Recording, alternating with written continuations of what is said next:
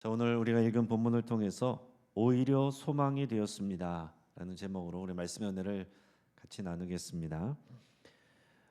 자, 일본의 목사님이신 기타모리 가조라는 그 목사님이 1946년에 낸 책이 하나님의 아픔의 신학이라는 그런 책이 있어요.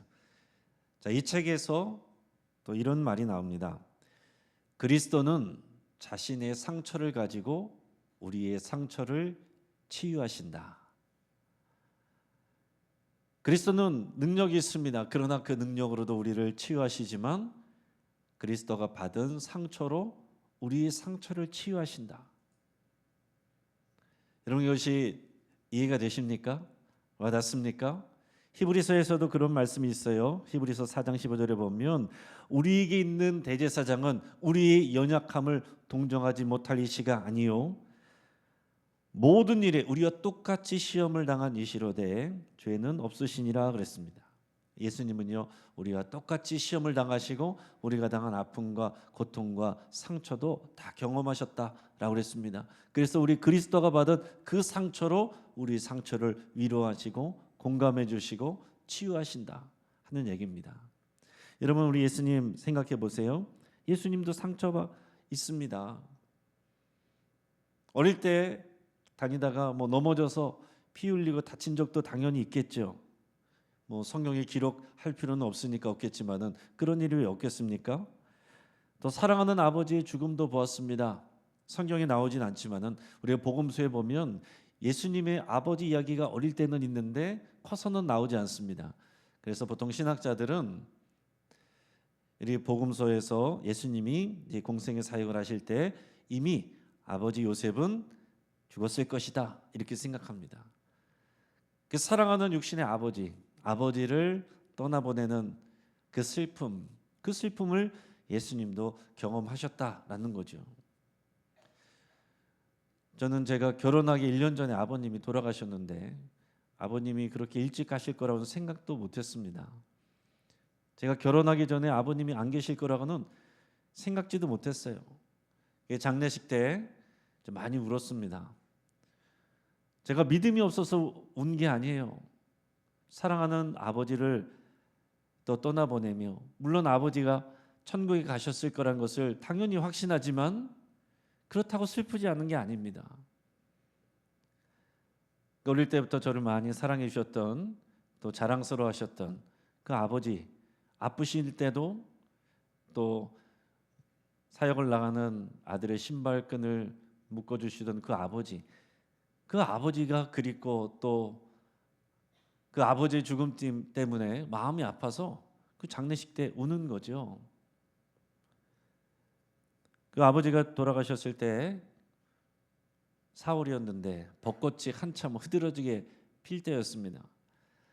그래서 참 벚꽃을 보면서 너무 아름다운데 그 아버지의 부재, 아버지의 또 죽음 이런 것을 생각하면 또 너무 슬프고 또 이런 복합적인 그 감정을 제가 또 기억을 하고 있습니다. 또 예수님이 진리를 선포하셨는데 예수님은 허튼 말을 못 하시잖아요. 예수님이 진리신데 자기 동네 사람들이 있는 나사렛에 가서 진리를 선포하셨는데 동네 사람들이 오히려 예수님을 죽이려고 그랬습니다. 신성모독했다 그러면서 절벽에 밀어뜨려서 죽이려고 그랬어요. 어릴 때부터 봤던 그 동네 사람들이 예수님을 알지 못하고 믿지 못하고 오히려 그들이 믿지 않으니까 예수님이 권능이 있으심에도 불구하고 그 권능을 행하실 수가 없었다라고 그랬습니다. 또 예수님의 제자들이 배반하고 도망갔습니다. 유다는 자신을 팔아넘겼습니다. 뻔뻔하게도 마치 자신을 사랑하는 것처럼 이 어둠 속에서 이자가 체포해야 될 예수라는 것을 알려주기 위해서 그 죽음의 키스, 예수님의 뺨에 키스를 합니다. 그럴 때의 예수님의 마음이 어땠을까요? 예수님은 유다가 하는 일이 무엇인지를 뻔히 아시는데 그 마음이 어땠을까요? 호언장담하던 베드로 예수님의 말씀처럼 예수님을 3번이나 부인하고 저주까지 했습니다. 여러분, 사랑하는 사람들에게서 배신받는 느낌, 예수님은 그걸 다 알고 계십니다. 예수님은 종교 지도자들에게 모욕을 듣고 또 시종들에게 뺨을 맞고 침뱉음을 당했습니다. 또 채찍질을 당하고 십자가에 달려 죽으셨습니다. 여러분, 십자가에 달려 죽으실 때 실제로는요, 예수님은 발가벗겨지셨습니다. 우리가 성화 같은 데 보면은 그래도 예수님이 최소한을 입고 계시지만은 실제는요 다 벗겨진 거예요. 그 십자가형이 금방 죽는 형이 아닙니다. 보통은 일반적으로는 일주일 정도 매달려 있다가 서서히 질식하여서 죽는 것이 그 고통스러운 십자가형인데, 모든 옷을 다 벗기고 그 수치를 당하게 하는 겁니다. 그러니까 그 육신의 아픔도 고통스러운 거지만은 사람들의 보는 앞에서 발가벗겨진 그 수치심, 그 수치심이 또한 어마어마한 것입니다. 나를 아는 사람들, 나에게 가르침을 받았던 사람들, 나의 가족들 앞에서 그렇게 더 처참하게 수치를 당하는 그 수치심까지 예수님이 당하셨다는 거예요. 여러분, 의사들도요, 자기가 아파봤던 의사하고 아파보지 않았던 의사하고는요 태도가 다릅니다. 자신이 아파봤던 의사는 환자를 대하는 그 마음가짐과 태도가 달라요. 우리 하나님은 아파본 적이 없는 분이 아니십니다. 우리 하나님은 전능하시기 때문에 아픈 적이 없는 분이 아니십니다. 여러분, 사랑하는 독생자의 생명을 죄인을 위해서 내주신 분이 우리 하나님이십니다. 예수님이 그 십자가에서 아버지를 향하여서 절규할 때 하나님이 귀를 막고 침묵하셨어요. 그게 쉬운 일이냐고요. 여러분, 우리가 보통 우리 자녀들을 살리기 위해서는 어떤 일들도 할 수 있다라고 생각하는 분들이 많습니다. 내가 하는 일들도 다 때려칠 수도 있고 또 내가 배신할 수도 있습니다. 그런데 오히려 죄인을 위해서 사랑하는 독생자를 죽음으로 내모는 것, 스스로 내주시는 것, 이게 하나님께서 잔인해서 그런 게 아닙니다. 하나님의 그 마음에 그 아들을 내놓는 그 아픔과 고통과 상처가 있는 겁니다. 그렇기 때문에 여러분, 우리는 그 하나님께서 그 아픔과 고통으로 그 상처를 가지고 우리의 상처를 치유하신다. 이것을 여러분 잘 기억하실 수 있길 바랍니다. 우리는요, 사랑하는 가족이 아프면 우리가 더 아프고 고통스럽잖아요. 또 사랑하는 가족이 죽게 되면 더 고통스럽습니다. 그런데 사랑하는 가족을, 죄인을 살리기 위해서 내어주시는 하나님은 왜 아프시지 않으셨겠습니까? 우리는 그것을 생각해야 돼요. 그러면 도대체 우리 인생에 왜 아픔과 고통이 있는 것일까? 하나님은 전능하신데, 하나님 우리를 사랑하시는데 왜 하나님께서 우리에게 이 땅에서 그런 아픔과 고통을 허락하시느냐 하는 겁니다. 오늘 본문의 말씀, 예레미야서 3장 19절에서 23절까지 말씀을 다시 한번 같이 읽겠습니다. 시작. 내 고초와 재난 곧 쑥과 담즙을 기억하소서.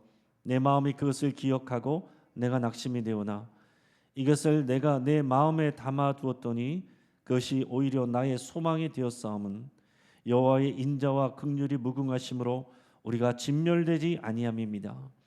이것들이 아침마다 새로우니 주의 성실하심이 크시도소이다. 오늘 말씀에서 쑥과 담즙 얘기를 했습니다. 쑥과 담즙. 쑥과 담즙은요, 공통적인 것은 그 맛이 쓰다는 것입니다. 쑥과 담즙은 이 고초와 재난이라고 앞에 표현해 놨어요. 자, 이 고초와 재난, 인생의 쓰디쓴 그런 아픔인 겁니다. 고통받는 사람은 당연히 아파요. 쓰라립니다.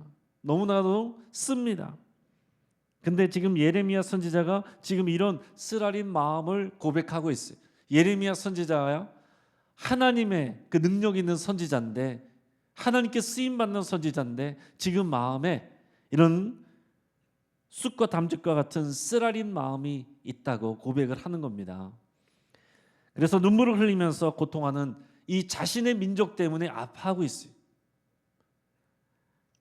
남유다 민족이 주전 586년에 바벨론에 의해서 30개월 정도를 그 성이 포위당하고 있다가 결국에는 멸망합니다. 예루살렘 성이 함락돼요. 예루살렘 성이 함락되고 그 안에 있는 예루살렘 성전, 하나님께 예배하고 제사하는 하나님의 집 예루살렘 성전도 철저하게 파괴됩니다. 시드기왕은 도망가다가 붙잡혀가지고요, 그 보는 앞에서 그 사랑하는 모든 아들들이 죽임을 당하고, 그러고 나서 두 눈을 뽑힙니다.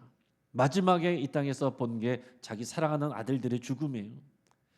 그리고 두 눈이 뽑히고 굴비처럼 묶여서 수치스럽게 포로로 끌려가서 바벨론에서 죽을 때까지 감옥에 갇혀 있었습니다.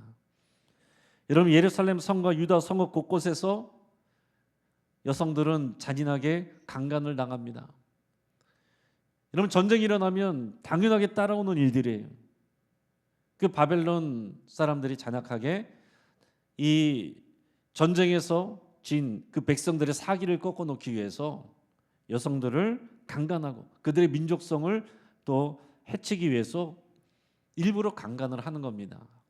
예루살렘 성 안에서 또 여러 성읍들에서 여성들은 강간을 당하고, 그것을 바라보면 남자들은 무기력하게 고통스러워하고 또 무참히 살해를 당합니다. 남아있는 사람들은, 수많은 사람들이 굴비처럼 묶여가지고 포로로 잡혀갑니다. 기록에 보면은 이런 턱이나 뺨 같은 데가, 이런 데를 사슬로 뚫어가지고서 줄줄줄줄 정말로 굴비처럼 묶어가지고 발가벗긴 채로 끌어간다는 거예요. 그 먼 길을 그렇게 끌어갔습니다. 여러분, 그리고 예루살렘 성전에, 이 성에는요, 비천한 사람들만 남겨놓은 거예요. 여기 남아있는 비천한 사람들도 고통스럽고, 끌려가서 포로로 남아있는 그 사람들도 고통스럽고, 그것을 바라보며 또 하나님의 말씀을 전하는 예레미야 선지자도 고통스러운 거예요. 자, 유대인들이 이해가 안 됩니다. 자, 도대체 어떻게 이럴 수가 있는가? 하나님의 집이 여기 있는데, 하나님의 집에는 하나님이 계시다고 당연히 믿거든요. 여호와의 성전의 지성소에 여호와 하나님이 계시다고, 거기서 살고 계신다고 믿고 있는데, 어떻게 하나님을 알지도 못하는 바벨론 이 이방인들이 와서 그 성전을 다 부수고 또 가증한 것들로 채우고 그렇게 할 수 있느냐 하는 겁니다. 도대체 하나님 왜 아무런 능력이 없는 것처럼 아무 일도 안 하십니까? 그리고 사람들이 이렇게 비참하게 고통을 당하고 포로로 끌려가고 강간을 당하고 살해를 당하는데, 왜 하나님은 하나님의 백성들이 당하는 고통을 보면서 아무것도 안 하실까? 이해가 되지 않는 거예요. 하지만 하나님께서는 이미 예레미야 선지자를 통해서 이전부터 계속 말씀하셨습니다. 이제 내가 너희를 징계하기로 결정했으니 너희는 바벨론에게 항복하라, 대적하지 말아라. 그게 하나님의 뜻이라고 그랬어요. 근데 오히려 사람들은 거짓 선지자들의 말을 들었습니다. 거짓 선지자들은 귀에 듣기 좋은 말만 했어요. 아니다, 우리 하나님은 능력의 하나님, 권능의 하나님이시기 때문에 절대로 우리는 지지 않는다. 절대로 우리 민족은 망하지 않는다. 우리는 하나님이 선택하신 백성인데 우리는 망하지 않는다. 어떤 말씀이, 어떤 내용이 은혜롭습니까? 거짓 선지자들이 하는 말이 더 은혜로운 거예요. 하나님이 우리와 함께 하시고 하나님이 우리를 지키시고 우리는 절대 지지 않는다. 이게 은혜롭죠. 근데 그건 하나님의 말씀이 아닙니다. 하나님의 말씀은 오히려 예레미야 선지자를 통해서 너희는 항복하고 끌려가라, 대적하지 말아라, 그래도 괜찮다, 내가 거기서도 일할 것이다. 이게 진짜 하나님의 말씀이에요. 그 전쟁의 패배를 받아들여라. 그 가운데도 하나님의 뜻이 있으니 하나님을 신뢰하고 오히려 그 고통을 받아들여라. 이게 하나님의 말씀이었다라는 겁니다. 여러분, 하나님의 말씀을요, 듣고 싶은 대로만 들으면 비극이 생깁니다. 하나님의 말씀을 나에게 맞춰서 들으면 안 되고요, 하나님의 말씀에 나를 맞춰야 돼요. 그래서 때로는 하나님의 말씀이 부딪혀오고 나에게 쓰라리고 고통스럽고, 그것을 끌어안고 우리가 묵상할 때 진짜 우리 안에 하나님의 역사가 일어나는 거예요. 그런 말씀들 다 제끼고 내 귀에 좋은 말, 내 눈에 좋은 말만, 내가 좋아하는 말씀만 여러분 계속 묵상하면 하나님의 역사가, 하나님의 말씀이 제대로 잘 들리지 않는 겁니다. 그러니까 여러분, 우리가 어릴 때는, 신앙이 연약할 때는 그런 젖과 같은 부드러운 말씀을 하나님이 주시지만, 그것도 우리에게 필요하지만, 그러나 우리가 장성할 때가 되면요, 단단한 식물과 같은 말씀을 먹어야 되는 겁니다. 단단한 식물과 같은 말씀, 하나님이 이해할 수 없는 이런 하나님의 역사하심, 그런 고난과 고통, 그러나 그 고통 속에서도 여전히 역사하시는 하나님, 이런 하나님을 우리가 고차원적으로 복합적으로 알아야 된다 하는 얘기예요. 자, 이것은 하나님이 실수하시거나 하나님이 실패한 게 아닙니다. 예루살렘 성전이요, 이미 하나님의 영광이 그 성전을 떠났어요. 하나님의 영광이 없고 하나님의 임재가 없는 성전은요, 그냥 건물입니다. 여러분, 오늘 우리가 아름다운 교회 건물이 있지만 이곳에 하나님의 임재가 없으면, 하나님의 영광이 없으면, 하나님의 말씀에 대한 우리 순종이 없으면 그냥 건물입니다. 하나님께서 실수한 것이 아니고 이미 오래전부터 말씀해 주셨어요. 이스라엘 백성과 언약 관계를 맺으면서 레위기서 26장에 분명히 말씀해 주셨습니다. 그 언약 관계란 건요, 조건적이고 쌍방적인 겁니다. 자, 레위기 26장 잘 보시면은 너희가 이 언약을 잘 지키면, 하나님의 말씀, 하나님의 율법을 잘 지켜 순종하면, 첫째는 너희가 부유해진다. 땅에서 나는 식물들이 풍성하게 항상 풍년을 주고 잘 되게 해줄 거다. 복을 줄 거다. 또 자녀들도 잘 나오고 또 땅에서 나는 것도 모든 소산들이 풍성해진다. 두 번째는 이 나라가 안전하도록 하나님이 지켜주신다 그랬습니다. 어떤 적들이 쳐도와도 또 다 지켜주신다 그랬어요. 이거를 알고 있으니 사람들이 이해를 못하는 겁니다. 근데 그 다음을 이해를 안 하고 생각을 안 하는 겁니다. 그 다음에는 뭐가 나오냐? 그러나 너희가 만약 이 하나님의 말씀, 하나님의 율법을 순종하지 아니하면, 그 언약 관계에 너희가 충실하지 아니하면 하나님의 저주가 오는데, 하나님의 징계가 오는 겁니다. 하나님의 징계는 한꺼번에 다 주는 게 아니고 3단계 징계가 있어요. 하나님의 말씀을 잘 듣지 않을 때 첫 번째 오는 징계는 기근이 온다 그랬습니다. 기근. 자, 그 당시에는 이제 농사를 짓는 거니까 거기에 왔는 하나님께서 또 징계를 주시는데 첫 번째가 기근이에요. 그럼에도 불구하고 말씀을 잘 듣지 않는다, 순종하지 않는다, 그러면 두 번째가 수탈을 당하는 겁니다. 침입자들이 와서 뺏어가는 거예요. 사사기 때에 반복됐던 일들이 이 2단계 징계인 거죠. 그리고 마지막 3단계 징계는 뭐냐면 나라가 망하고 포로로 잡혀간다는 거예요. 하나님께서 땅을 약속으로 주셨는데 그 땅을 빼앗기고 다른 곳으로 잡혀가는 거예요. 포로로 잡혀가는 거. 지금 이 남유다가 최종적으로 주전 586년에 바벨론에서 패망하고 멸망당하고 바벨론으로 끌려가서 또 그곳에서 포로 생활하게 되는 거, 레위기 26장에 이미 말씀해 놓으신 그 징계 3단계가 그대로 이루어진 것입니다. 이스라엘 백성들이 이해가 안 되죠. 받아들이질 않는 겁니다. 분명히 하나님께서 말씀해 주셨는데 그 앞에 복 준다는 말씀만 잔뜩 듣고 뒤에 징계가 따라온다는 말씀은 안 듣는 거예요. 인정을 안 하는 겁니다. 그러니까 지금의 상황이, 지금의 고통이 이해가 되지 않고 소화가 되지 않고 받아들여지지 않아요. 그러니까 고통스럽습니다. 더 아픕니다. 자, 500년이 채 안 되는 이 왕정 시대가 저주 3단계까지 와서 포로로 끌려갔어요. 근데 그게 끝이 아니라 예레미야 선지자는 하나님의 어떤 말씀을 전했습니까? 70년 만에 돌아오리라. 그게 하나님의 약속이라는 거예요. 지금 망하고 끌려가도 끝이 아니라 70년 만에 돌아오게 하리라. 그럼 도대체 이 나라가 망하고 이런 아픔과 고통을 당하고 70년 동안이나 여러분 그곳에서 포로로 지내는 거, 다니엘도 포로로 끌려가고 에스겔 선지자도 포로로 끌려가고 웬만한 사람들 다 포로로 끌려가는데 그게 무슨 의미가 있습니까? 사람들이 처음에는 그 의미를 몰라요. 그래서 포로로 끌려가서 계속 비참한 마음으로 살아갔습니다.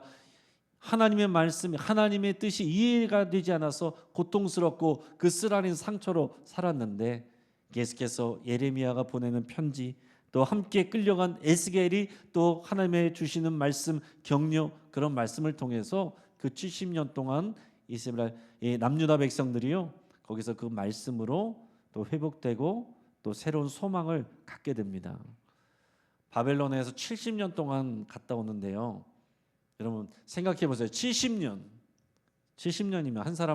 한 사람의 전생애가 될 수도 있는데 그 긴 시간 동안 하나님께서 그냥 그렇게 내버려 두신다는 건데 이게 무슨 의미가 있느냐 하는 거죠. 거기에는 다차원적이고 복합적인 하나님의 계획과 의미가 있습니다. 자, 첫째는 예레미야서 26장에 말씀하신 것처럼 그들이 하나님의 말씀을 순종하지 않고 듣지 않았기 때문에 징계받는 시간 70년이에요. 하나님의 말씀이 이루어지는 겁니다. 그러나 그게 다가 아닙니다.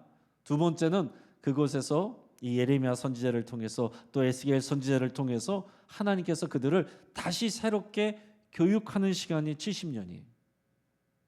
그러니까 거기서 하나님이 재교육하시는, 남은 사람들을 재교육하는 그 70년의 시간이 의미가 있다는 얘기입니다. 그리고 또 하나는 안식의 70년입니다. 그러니까 하나님께서 율법에서 보면 율법 말씀에 너희가 안식년도 지키고 신년도 지켜라 이렇게 말씀을 주셨습니다. 그때는요 농사도 안 해야 돼요. 왜냐하면 땅도 쉬게 하는 겁니다. 땅도 쉬게 해야 돼. 하나님께서 그래서 그때는 더 그 전에 풍성한 곡식을 주실 거를 하나님께 약속하여 주시고 믿음으로 쉬는 거예요. 여러분 남들 다 일할 때 쉬는 것 믿음으로 하는 겁니다. 근데 이걸 못하는 이유가 뭐예요? 첫째 불안해서, 두 번째 욕심 때문에. 남들 다 일하고 있는데 가만히 있으면 불안하죠. 또 내가 지금 남들 놀 때 조금이라도 더 하면은 더 이익이 나는데 욕심 때문에 안 지키는 겁니다. 그래서 실제로 그 시간 동안 이 백성들이 지키지를 않았어요. 제대로 안 지켰습니다. 신년, 안식년 다 안 지켰습니다. 그래서 하나님께서 그 시간들의 총합이 70년이라는 거예요. 그 하나님께서 율법을 주시고 여기까지 패망하기까지 그 모든 시간에 안식년과 신년의 시간들을 다 합치니까 70년이 된다는 겁니다. 그래서 그 70년 동안 그냥 보면 땅이 황폐해졌지만 하나님께서 그 땅을 쉬게 하셨다 하는 얘기입니다. 일본에서도 그 얘기 말씀드린 적 있잖아요. 어떤 사람들이 그냥 땅을 아무것도 안 하고 내버려 뒀는데 나중에 오랜 시간이 지나니까 거기는 황폐한 것 같았지만은 나중에 거기서 난 사과가 썩지도 않고 또 태풍이 불었는데도 떨어지지도 않고 그래서 히트 쳐가지고 훨씬 비싼 사과로 또 유명해진 그런 이제 사례가 있습니다. 여러분 우리가 욕심 때문에 망치는 거지 하나님께 믿고 맡기면요 하나님께서 다 새롭게 하시고 안식하게 하시고 강하게 하시고 하나님께서 책임지시는 겁니다.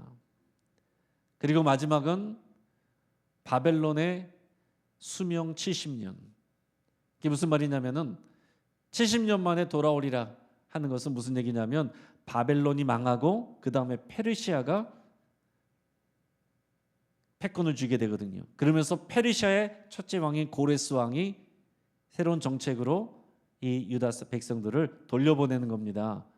자, 그러니까 지금 이 백성들은 생각할 때 우리는 바벨론에 패망했다. 이해가 안 된다. 저 야만족 같아.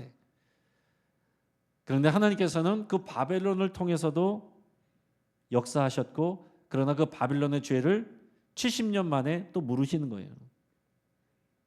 지금은 도대체 저런 악인들이 판을 치고 하는 것을 왜 하나님께서 가만히 두시는가? 이해가 되지 않습니다. 지금 우리도 세상에서 보면 그렇잖아요. 하나님이 살아계시다면 이런 악한 사람들이 판을 치고 하는데 왜 하나님 가만히 계십니까?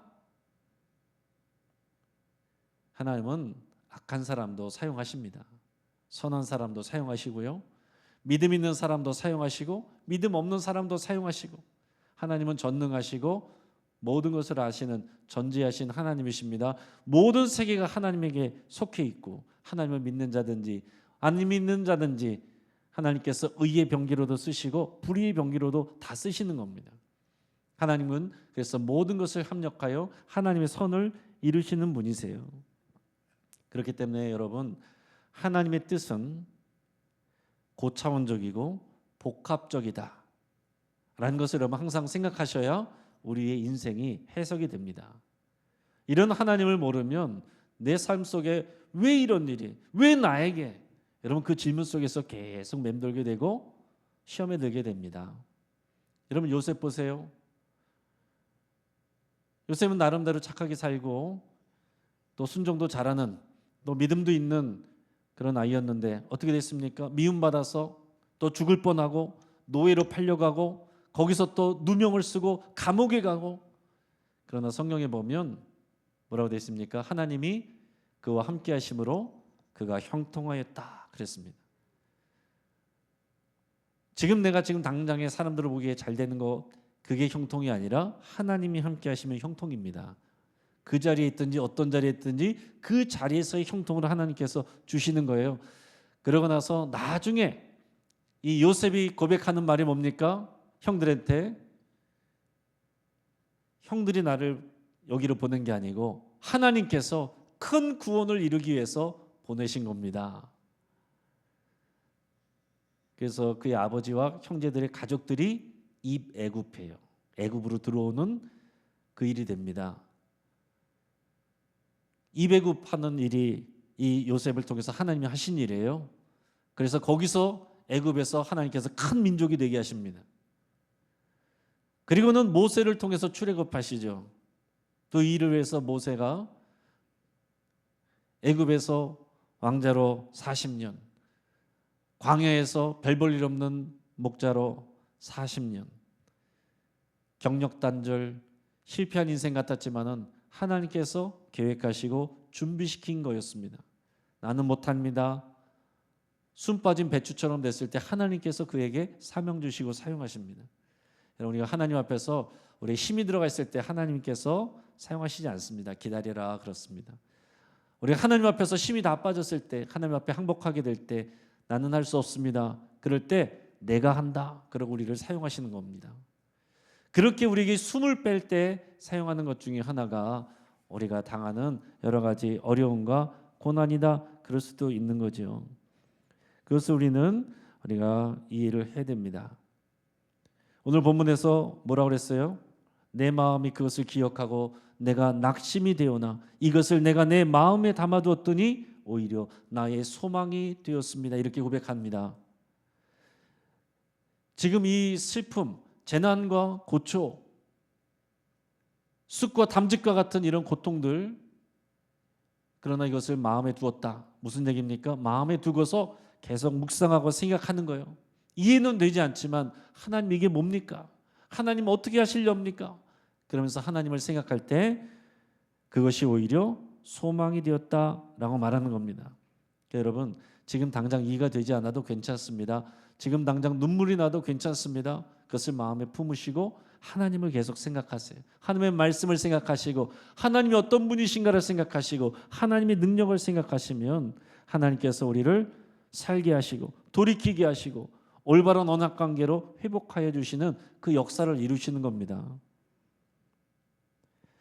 22절에서 보면 나라가 멸망하고 많은 사람들이 다치고 죽었습니다. 그렇지만 어떤 것으로 소망을 해요? 남은 사람들이 있잖아요. 남은 사람들, 죽지 않고 남은 사람들이 있습니다. 비천한 사람들이지만 예루살렘 성에 남아있는 사람들이 있고요. 포로로 끌려갔지만 거기에 하나님께서 남겨놓은 그 사람들이 있습니다. 그 사람들이 하나님의 소망의 씨앗이 되는 거예요. 하나님께서 다 망하게 하신 것이 아니라 남은 자를 두셨구나. 하나님이 일하시는구나. 소망을 갖게 되는 겁니다.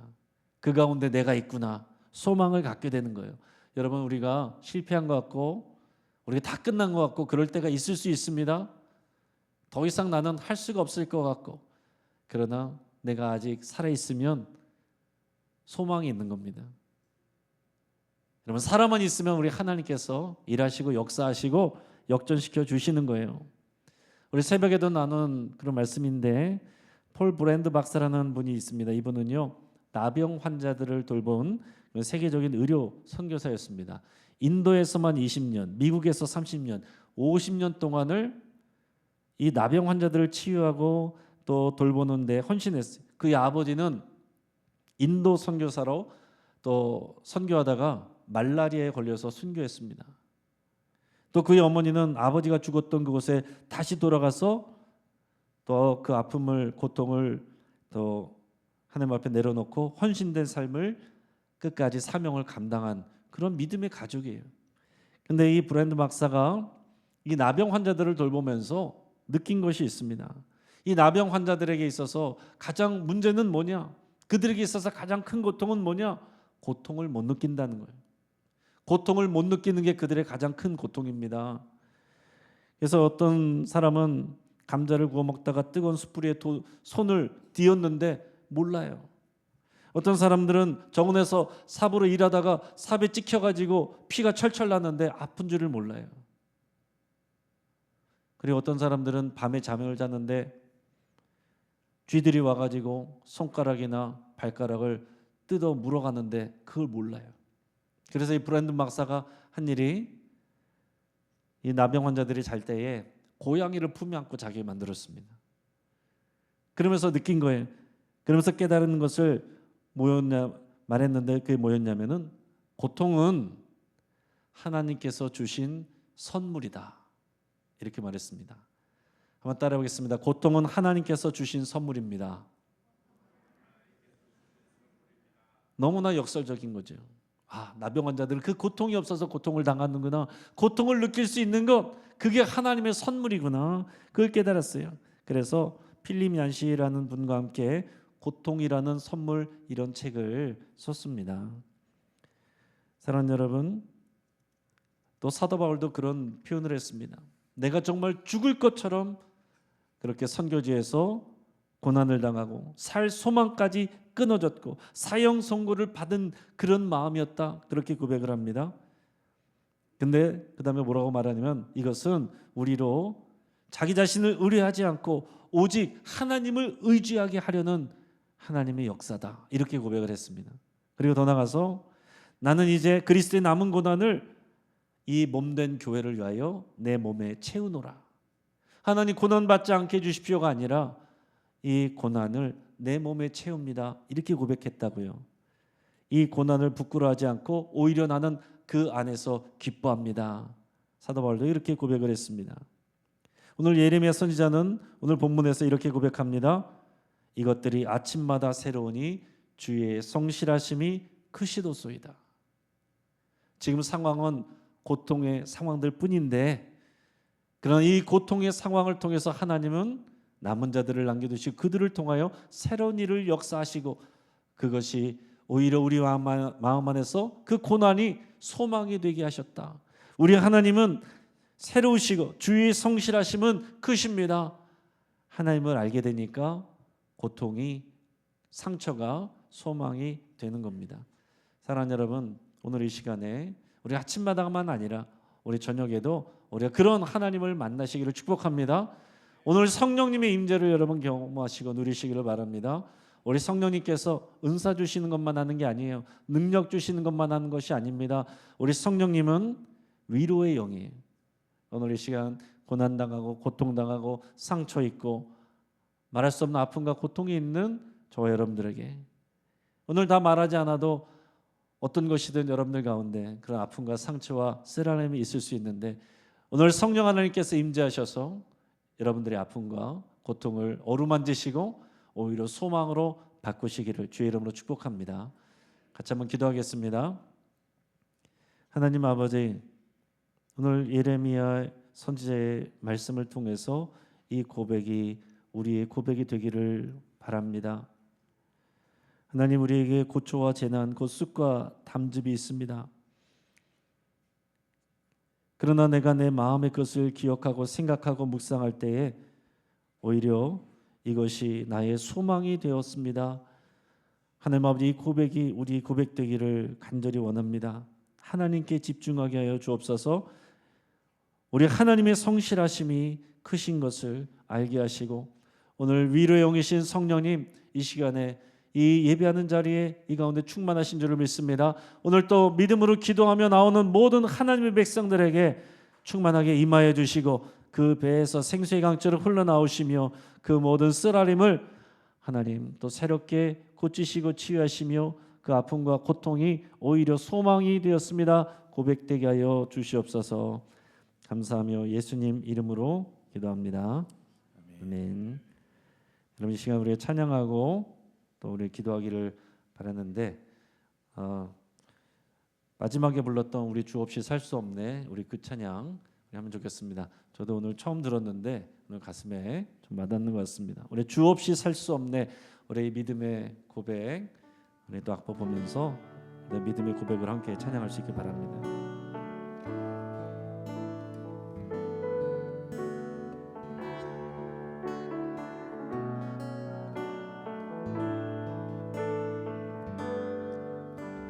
세상 다 변하고 이 삶의 끝이 와도 주 없이 살 수 없네. 주만이 내 영광 변치 않는 진리 주 없이 살 수 없네. 주 없인 살 수 없네. 내 주 없인 살 수 없네. 내 인생의 등대 내 삶의 소망 내 주 없인 살 수 없네. 세상 다 변하고 세상 다 변하고 이 삶의 끝이 와도 주 없인 살 수 없네. 주만이 내 영광 변치 않는 진리 주 없인 살 수 없네. 내 주 없인 살 수 없네. 내 주 없인 살 수 없네.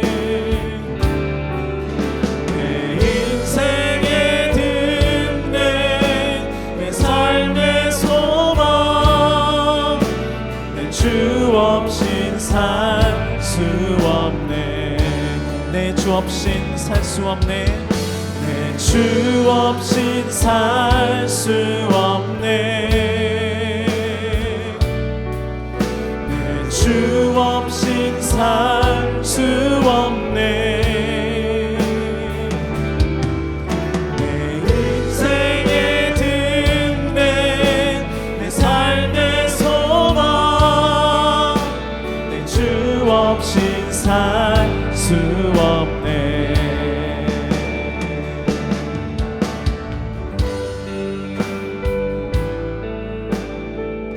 여러분 이 시간 함께 우리 기도하길 바랍니다. 여러분 이 시간 기도할 때 우리의 마음을 하나님 앞에 쏟아내실 수 있길 바랍니다. 여러분 우리가 겉으로는 나오고 있어도 우리 다 표현하지 못한 다 공개하지 못한 여러분만의 아픔이 있고 또 상처가 있고 여전히 신물이 올라오는 쓰라림이 있을 줄 압니다. 그것이 여러분 우리 가정에서 받은 상처일 수도 있고 여러분 일하는 곳에서 받은 상처일 수도 있고 그리고 교회 안에서 받은 상처일 수도 있습니다. 우리가 사랑하라고 가족으로 또 영적인 가족으로 묶어 오셨는데 가정에서 상처받고 교회에서 상처받으면 몇 배로 아픕니다. 얼마나 고통스럽습니까? 때로는 우리의 잘못 때문에 오는 고통도 있고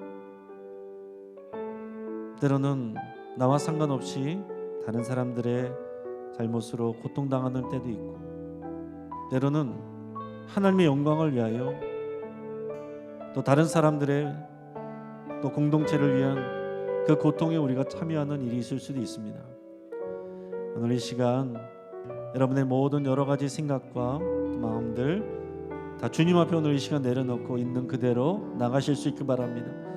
주 없이 내가 살 수 없습니다. 이 믿음으로 주님 앞에 나가시고, 나는 내 인생을 다 이해할 수가 없고 나에게 일어난 일들을 다 해석할 수가 없고 내 안에 있는 아픔과 상처와 쓰라림들을 오늘 내가 다 해결할 수가 없는데, 하나님 이 마음을 그대로 주님 앞에 올려드릴 때 하나님께서 만져주시고 일하시고 오히려 소망이 되었습니다. 이 고백으로 변할 수 있도록 우리 성령 하나님 위로의 영으로 임하여 주셔서 우리는 성령으로 충만케 하시고 주의 위로로 충만케 하시고 오히려 소망으로 충만케 되기를 우리 간절히 바라며, 여러분 각자 여러분들의 깊은 고백으로 이 시간 주님 앞에 나갈 수 있기를 바랍니다. 같이 한번 기도하겠습니다.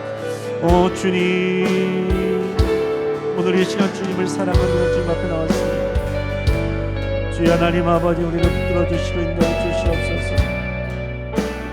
주여 하나님 아버지, 우리를 아시는 하나님 아버지, 내 인생에 일어난 일들, 하나님 아버지 내가 이해할 수 없는 일들, 하나님 아버지 정말로 사랑하기 위해서 행복하기 위해서 결혼하였는데 배우자 때문에 받는 상처도 있습니다. 하나님 내가 사랑해서 너무나 기뻐하며 낳은 자식인데 자녀 때문에 받는 상처도 있습니다. 우리 사랑하는 우리 또 친족인데 친족 때문에 받는 상처도 아픔도 있습니다. 하나님 주의 은혜를 위하여 또 우리가 받기 위하여 교회에 나왔는데 하나님 교회에서 수고하고